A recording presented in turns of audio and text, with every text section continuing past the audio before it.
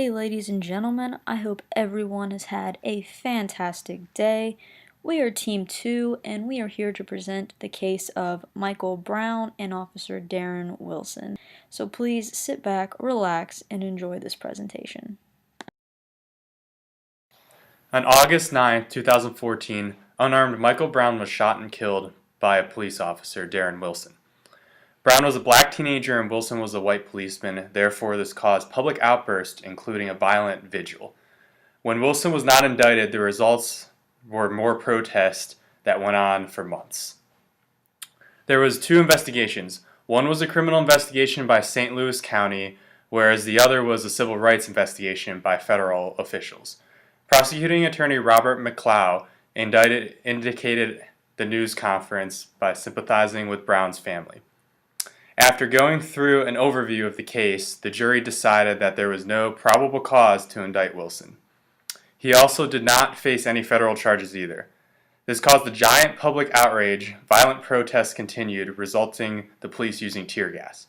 The protest was all over the country, including right in front of the White House. This case brought light to several instances of racial tensions between black victims and white police officers. The Justice Department sued Ferguson for a pattern and practice of discriminating and police misconduct.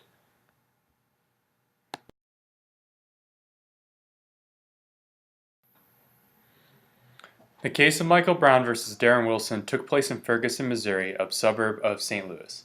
The police officer Darren Wilson shot and killed 18-year-old Michael Brown in their altercation. The teenage boy was African American while the police officer was white.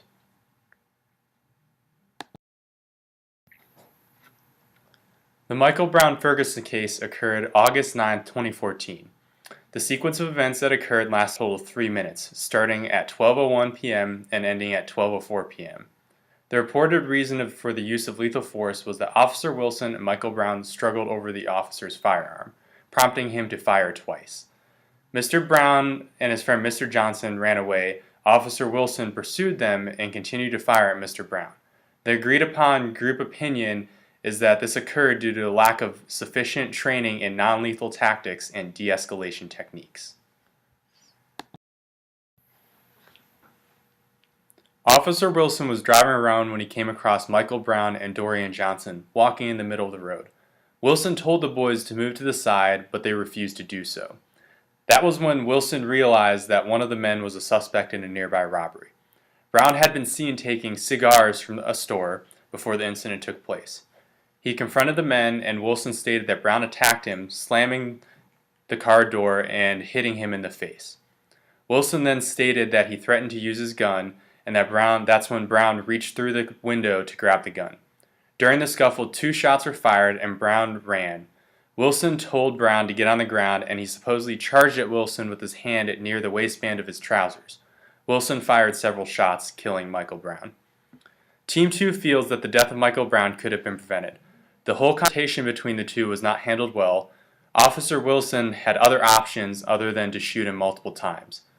One should have had Brown down, and better yet, could have used a taser to subdue him. Officers need to be better trained to handle these types of scenarios. If nothing else, shooting a teenager that many times, regardless of whether he's reaching for a gun or not, seems a little overkill. Brown was shot twice in the head, which showed that Officer Wilson was acting on impulse, not thought.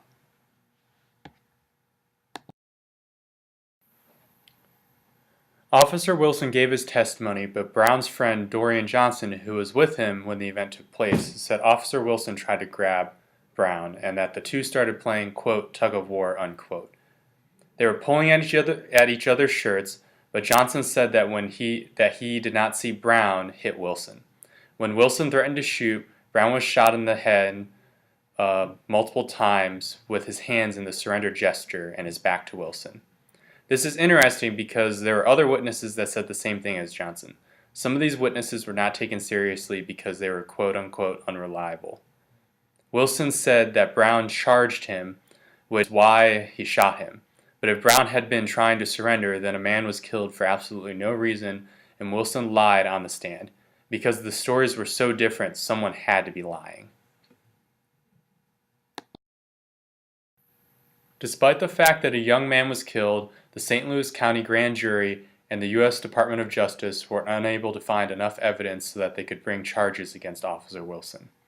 There were many witnesses called to the stand. Some of their accounts supported Wilson's testimony, while others supported Johnson's testimony. To confirm whose story was correct, forensics units reconstructed the crime scene. The medical examiner looked at all the entrance and exit wounds, and ballistics analyzed all the shots that were taken. Forensics proved that Wilson was telling the truth and that Brown had not been shot in the back of the head, while he was trying to surrender. They also found Brown's DNA on Wilson's gun, which also helped support Wilson's statements that Brown tried to grab his gun. Johnson, on the other hand, had said Brown was not trying to grab Wilson's gun. Because of this, Ferguson was left angry, as it showed an unwillingness to prosecute Officer Wilson. Protests filled the streets of St. Louis, and Wilson resigned from the police force because he did not want to put his friends on the force in danger. Wilson has had a hard time since to find a job, as other police agencies are unwilling to hire him. Alrighty, so you now know all about this case. We have provided some questions on the slide that we would like you to answer in the thread that this PowerPoint is in. Try and get some conversations going with our classmates, play devil's advocate, say what you think, be honest, let others like or dislike what you say, state it with facts, state it with honesty. Honestly, we just want to get a whole bunch of conversation going about this case because it was a very interesting case. So thank you very much for sticking through this presentation. Please answer those questions, and I hope you have a great rest of your day.